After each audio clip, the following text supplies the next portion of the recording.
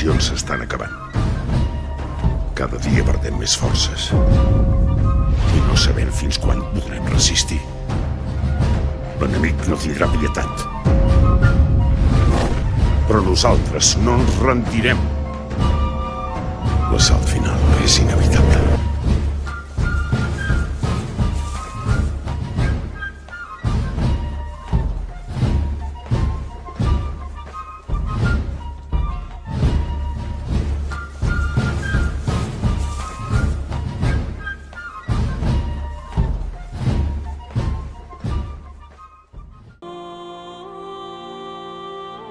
L'any 1707, la Guerra de Successió cremava per tot el regne de València.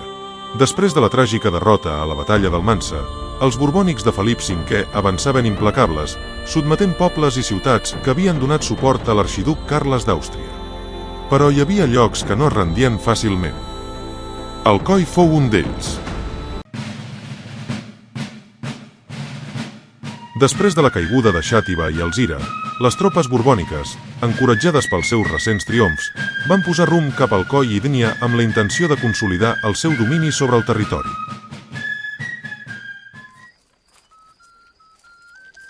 Els alcoians, junt amb maulets, soldats anglesos i portuguesos, es prepararen per resistir.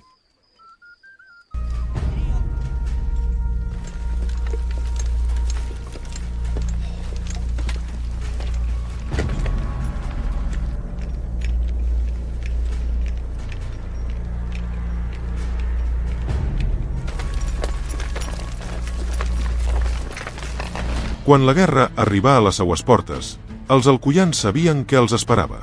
Havien vist el destí d'altres ciutats.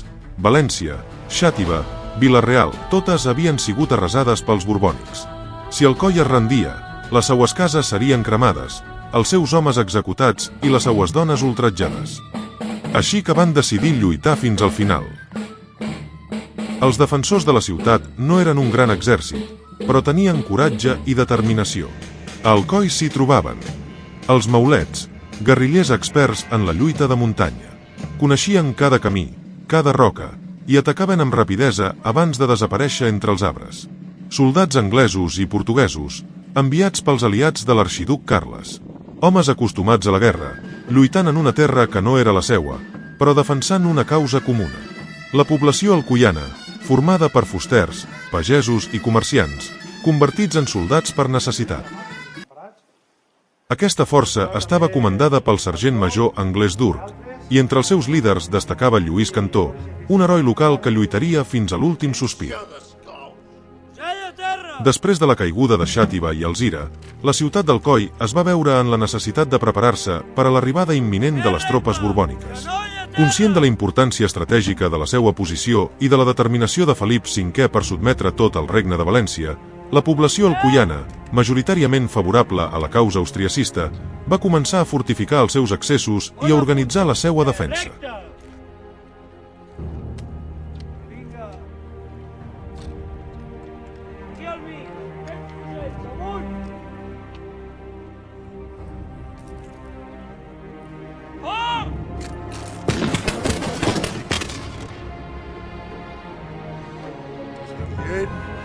La proximitat de l'exèrcit borbònic feia evident que la batalla seria imminent. Alcoi, preparada per a la defensa, esdevenia un nou escenari clau en el conflicte successori, enmig d'una guerra que marcaria per sempre la història del País Valencià. Els habitants, units en la resistència, reforçaren muralles, acumulaven provisions i organitzaven la milícia local amb el suport de voluntaris vinguts de comarques veïnes. Es respirava un ambient de tensió i determinació, ja que la brutal repressió borbònica contra altres localitats feia presagiar un combat ferotge. L'objectiu era resistir tant com fos possible, a l'espera d'un canvi en el rumb de la guerra o de l'ajuda de tropes aliades.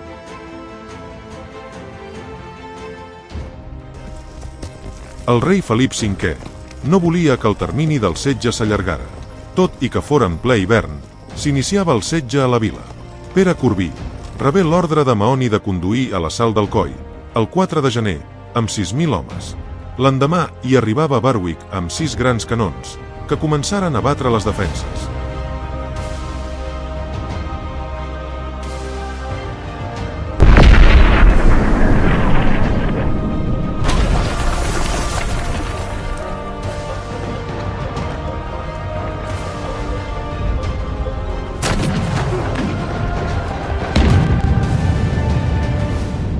A l'interior, la situació es tornava insostenible. Els aliments s'acabaven, la fam i les malalties mataven tants com les bales enemigues. Els soldats francesos i castellans esperaven que els alcoians es rendiren, però no ho van fer.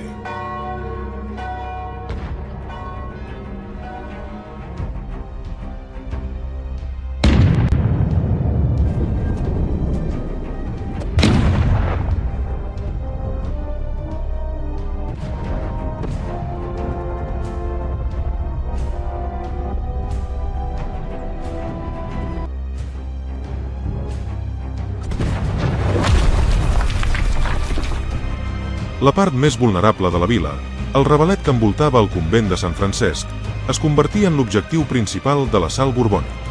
Conscients de la debilitat d'aquesta zona, Berwick i Mahony decidren dirigir els seus atacs per intentar obrir una bretxa decisiva en les defenses alcoianes. Els religiosos, veient el perill imminent, abandonaren el convent abans que aquest fos derruït. L'intent inicial d'assalt, malgrat la ferocitat de l'atac, resultà un fracàs. Els defensors, lluitant amb determinació, aconseguiren repel·lir l'envestida, causant greus baixes a l'enemic. Segons les cròniques, els borbònics perderen 150 dels seus homes més valents i molts més resultaren ferits. Aquesta inesperada victòria parcial donà nous ànims als alcoians, que es mantenien ferms darrere de les seues muralles. No obstant això, Mahony no estava disposat a permetre que aquest èxit revitalitzara la moral dels resistents. Amb una estratègia calculada, ordenà col·locar els canons en una posició elevada i modificar la tècnica de tir. En lloc de disparar en línia recta contra les muralles, es llançaren projectils en angles oblics. Això generava un efecte devastador, ja que els impactes fregaven la superfície dels murs i forçaven els defensors a apartar-se, deixant la fortificació més exposada. Amb aquesta tàctica, Mahony buscava trencar la resistència alcoiana i assegurar-se que, quan arribara el següent assalt, els soldats borbònics pogueren escalar els murs sense ser repel·lits per la multitud de defensors. La batalla per Alcoi es trobava en un moment crític, amb els atacants refinant les seues estratègies i els defensors lluitant fins a l'últim alè per evitar l'inevitable.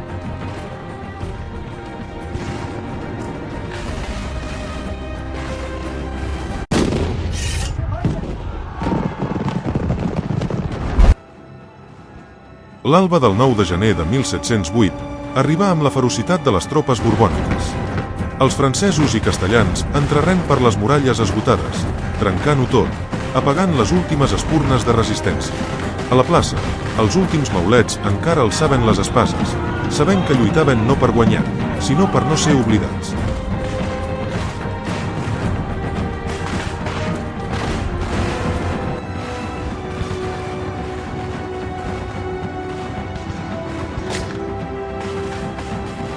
Després d'aquest intens bombardeig, que havia deixat les defenses d'Alcoi pràcticament inutilitzades i els seus defensors exhausts, Mahony decidí fer un nou intent de negociació. Per això, envia un com a missatger amb la intenció de forçar la rendició de la guarnició. Aquesta vegada, els alcoians, esgotats per la fam, les malalties i la destrucció constant, sabien que ja no tenien opcions reals de resistir. Finalment, el 9 de gener, la guarnició d'Alcoi, sota el comandament del sergent major anglès Durk, es rendia. Els defensors, uns 280 homes de diverses nacionalitats, anglesos, holandesos i austriacistes valencians, foren fets presoners per les forces borbòniques. L'ocupació borbònica de la vila no va portar la pau als seus habitants, sinó que va donar pas a una brutal repressió. El coronel Corbí, destacat per la seua crueltat, es vantava d'haver executat centenars de presoners. Durant 6 llargs i aterridors mesos, Alcoi es convertí en un escenari de càstig i venjança per part del nou règim borbònic. Els primers a patir les conseqüències foren els maulets capturats, considerats rebels per Felip V i el seu exèrcit. La major part d'ells foren executats sense pietat, com a escarment per a qualsevol que haguera donat suport a la causa austriacista. Entre aquests, destacava Francesc Parera, capità d'una companyia de maulets, qui esdevingué un símbol de la resistència alcoiana.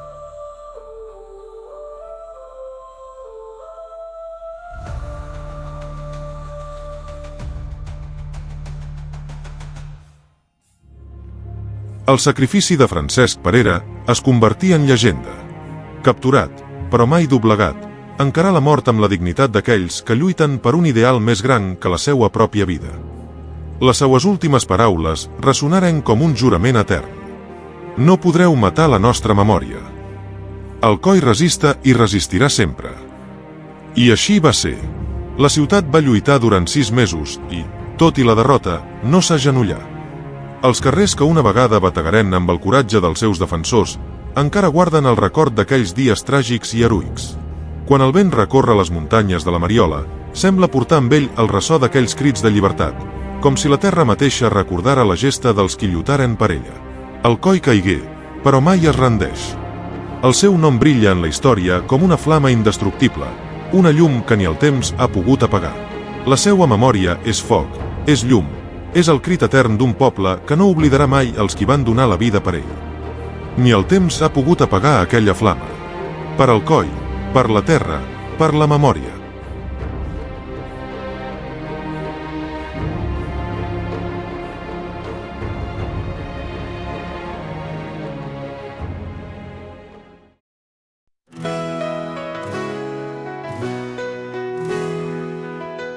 Quan el cel es torna foc i guerra, quan la fam colpejà el cor ferit, Alcoi alçà la seua bandera, amb orgull, amb força, amb crit. 6 mesos d'ombres, de sang i de setge, 6 mesos de lluita, de por i dolor.